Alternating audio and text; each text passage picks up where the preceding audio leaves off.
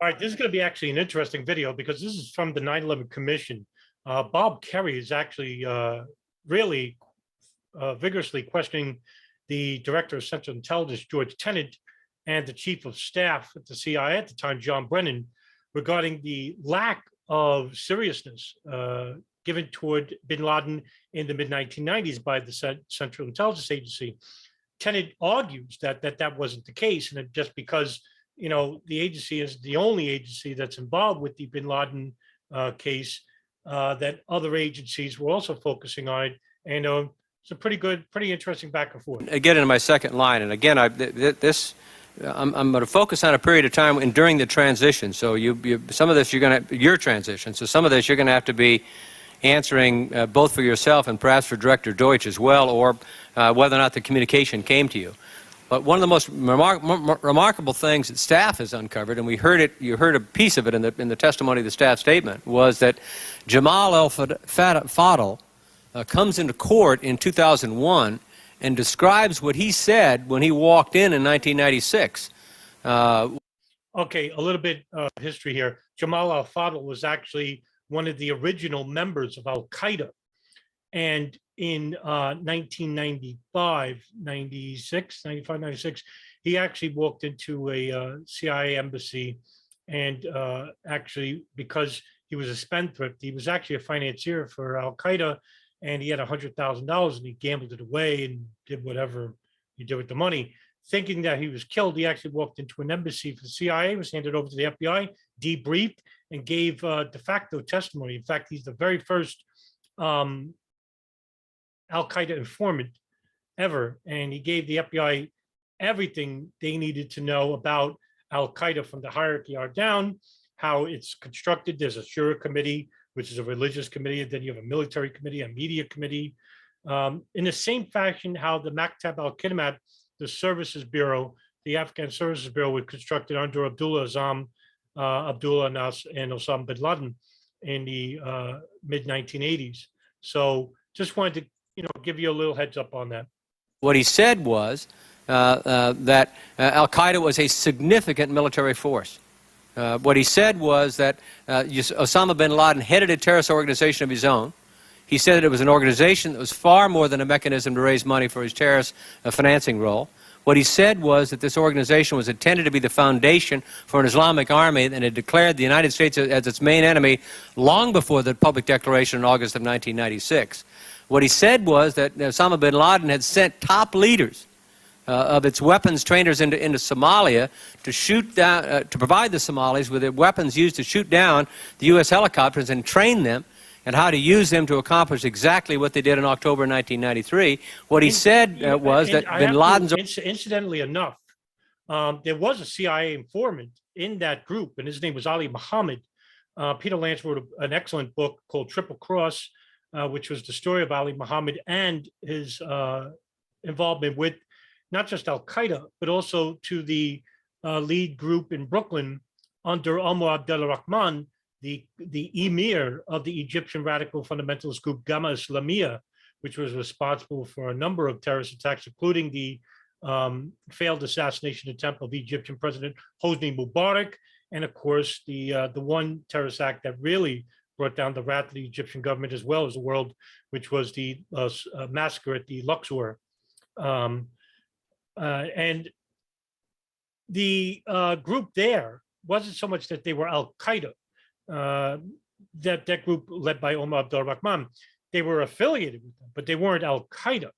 Mahmoud Abilima, Mohammed Salameh, Ramzi Youssef, Nadel Ayad, none of those people were al-Qaeda members. They didn't swear bayat loyalty to bin Laden, which you have to do when you join bin Laden's organization called al-Qaeda. They were affiliated with bin Laden and al-Qaeda, but not al-Qaeda specifically, which the 1993 World Trade Center attack wasn't an al-Qaeda attack because Ramzi Youssef was not known even to bin Laden at the time. Bin Laden had heard of him, but he wasn't al-Qaeda. But that didn't stop the CIA from having information regarding pre-al-Qaeda terrorist operatives inside the United States. But they knew about even Abu Nidal, who headed the Abu Nidal organization in the 1970s. They knew about El Sayed Nosser, the man who assassinated the Jewish radical Rabbi Meir Kahane. And they also knew about this fundamentalist cell in Brooklyn, which was headed by Omar Abdul Rahman Ramzi Youssef, because they had an informant named Ali Mohammed. The FBI also had an informant as well. His name was Imad Salem. So, and of course, there was Israeli intelligence involved. That person was named Josie Hadass, which we barely know anything about. And that's because the FBI and the State Department decided to cover that up and not involve foreign intelligence to be known in the operations pre the bombing of the 1993 World Trade Center. Organization had done the same thing for the Yemeni squad that carried out the attack aimed at the United States troop in Aden less than a year before. And you heard again in the staff statement, we had a national assessment in 96, I believe, or 95. 95 and 97. And what we got is an update that didn't include any of this. What we got was an update that didn't include the information that this individual says in court that he delivered to us, and he said it was corroborated. So why? Why wasn't it not in the update? Why didn't the President of the United States and the key policymakers get this information? Well, I'm sure. Well, that's now you're making the assumption that because it was not in the national intelligence estimate, this data was not broadly disseminated, explained, and understood by people at the time, and I believed it was. John? One of the I don't recall, Senator, whether that particular individual and his testimony was included specifically in the 97 update. What I do know is that in the staff... And the update they took about the DCI update, which is from the counterintelligence unit, where they brief the DCI, that would be Tenet, and that is briefed to the National Security Council under the president at the time, which would be Clinton. And, you know, these are regular updates. And at the time, Clinton, unlike Bush, was much more serious about radical fundamentalism from the Arab groups than Bush was. Bush actually considered that to be not even a secondary option. But Clinton actually gave Richard Clark, who's head of the National Security Counterterrorism Council, a seat at the National Security Briefing, presidential daily briefings and whatnot. But I mean, I would be hard pressed to not mention that this lack of information sharing is new, because it's not. I mean, pre 9/11, this was the problem, is why the attacks were successful. And then conspiracy theories abound. But this lack of like intelligence sharing, even with the president of the United States, is not new. I mean, it depends on what information they consider pertinent at the time, right? Well, I would consider the threat of bin Laden pertinent because the FBI certainly did. So did foreign intelligence. The CIA certainly didn't. They had their intelligence. I mean, the NSA was also monitoring bin Laden's satellite calls. I mean, nobody ever talks about that, not even in these commission trials. To me, that is the smoking gun of whether or not what information was passed on these phone calls, or were they even talking about it? Because if they weren't talking about terrorist events like 9/11 or the East Africa bombings, that means that al-Qaeda must not really be involved with these attacks. But if they were talking about these attacks, then that means, why were these attacks successful when they were known the previous time? I'm just giving a hypothetical. But the CIA certainly kept Ali Mohammed under arrest because they didn't want anybody to know that they had an informant pre-al-Qaeda in these older Arab fundamentalist cells. The question is, why?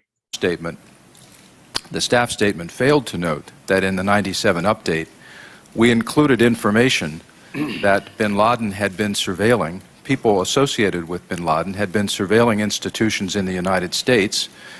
Ali Mohammed, he did that for the embassy bombings in the mid-1990s. That was on August, I think, 5th, 1998, August 9th, 1998, or August 12th. I'm off by the date, but August 98. But Ali Mohammed surveilled and took pictures of embassies in Kenya and Tanzania, in North Africa, about attacking U.S. institutions, embassies.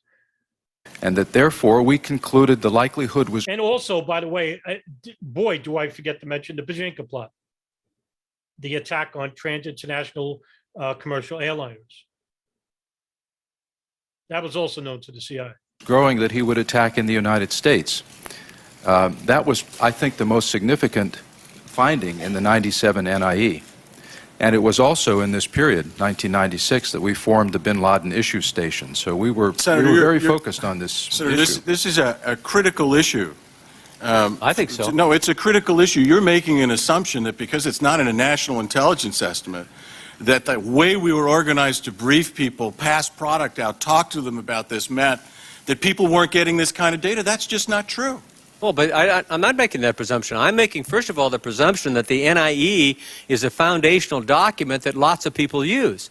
And that, I mean, this is a very specific set of information that he said in trial he provided to us. And we continue to regard Bin Laden, you heard in the staff statement, we would continue to regard him as a relatively small threat. I didn't know in 1996 or 1997 that Bin Laden was responsible for sending forces down into Somalia to shoot down our Black Hawk helicopters. I didn't. And I wonder why. And now, if Ali Mohammed was a CIA informant, which he was at the time, the CIA would know. Unless he didn't pass that information. But the FBI certainly knew. I mean, this ain't a secret. I mean, it's amazing to me that these walls are made by the intelligence agencies to not share with each other. Meanwhile, all these terrorist attacks were known by the intelligence services in one way or another. They didn't have to be successful. And yet some of these were successes. Some were not, but some were successful. And it's amazing to me that no one would know that Bin Laden in the Sudan at the time was building an army of Arab fundamentalists, which were from Afghanistan, which partly was sponsored by the CIA under Operation Cyclone, when they were sending hundreds of millions of dollars through the Pakistan ISI. So this way they wouldn't be visible to the Arab fundamentalists who hated NGOs, non-government organizations, being involved with the war because they wanted it to be an Islamic war. So what they did was they conduit weapons and funding through these mujahideen ghouls like Juladdin Haqqani and Abdul Rasul Sayyaf and others, basically gave these weapons to these radical fundamentalists, so then went back home and started using them on their own governments to try and usurp those secular governments or not non-Islamic governments, which, by the way, none of these groups are Islamic. So, I mean, it would defy belief the CIA didn't know about Bin Laden in Africa. They certainly did. I didn't have a sense that this is what he was doing. And I mean, just to ask you, I mean, I know that this is your transitional moment. So this is 96 to 97. Did you ever have a conversation with President Clinton where you told him that al-Qaeda was a substantial military effort, that they were responsible for shooting down our helicopters in Mogadishu, that there was a substantial military threat to the United States of America, that we ought to ramp this guy up to the top of the list? Sir, I will go back and look at I didn't come prepared with what happened in 96. I'll go back and look at my records, look at the data dissemination, go back through the meetings that were held at the time, and give you an answer to the question. I say, Director, this is reason Well, I mean, think this is let's central. put it this way. The CIA constructed the Bin Laden issue station, codenamed Alex Station, in 96 under the tutelage of, excuse me, David Cohn. And that was basically an interagency apparatus where the FBI, DIA, NSA would all share intelligence with the CIA in hopes of collecting as much data as possible on Bin Laden and al-Qaeda throughout the world. But as you can see, even within that structure, they weren't sharing with each other. The CIA certainly took the information of the FBI. The FBI were not getting much information from the CIA, if at all, and the NSA would withhold signals intelligence regarding the CIA and the FBI because the CIA had an analyst at the NSA basically telling them, hey, look, you know, they got a bug on Bin Laden's satellite phone. We also have a bug in a al-Qaeda communication sub in Sana'a, Yemen. And basically the CIA said, hey, listen, you know, can you give us the other half of the phone call? Because we can actually bug the house. And they said no. Well, the CIA certainly didn't share information with the FBI regarding pre-intelligence for 9/11. When there were two al-Qaeda operatives living inside the United States. All this is the fault of the intelligence apparatus, and nobody got blamed for it. because we have heard, I've heard a series of excuses from Sandy Berger, Bill Cohen, Madeleine Albright, Don Rumsfeld, Condoleezza Rice, all kinds of rationalizations. And one of the things I've heard over and over and over was the American public wouldn't have supported any action had we taken action before 9/11. Now, I got to tell you, I think if the President of the United States of America had come and said that Osama Bin Laden and al-Qaeda is responsible for shooting down a Black Hawk helicopter in Mogadishu in 1993, I believe that that's... Let me explain a little bit here. When Bin Laden relocated to the Sudan at the time, he actually was helping the rebels, one such leader called Mohammed Fadl, who was in which the United Nations were trying to disseminate food to this country, which was under a civil war by numerous factions and the government under Omar al-Bashir.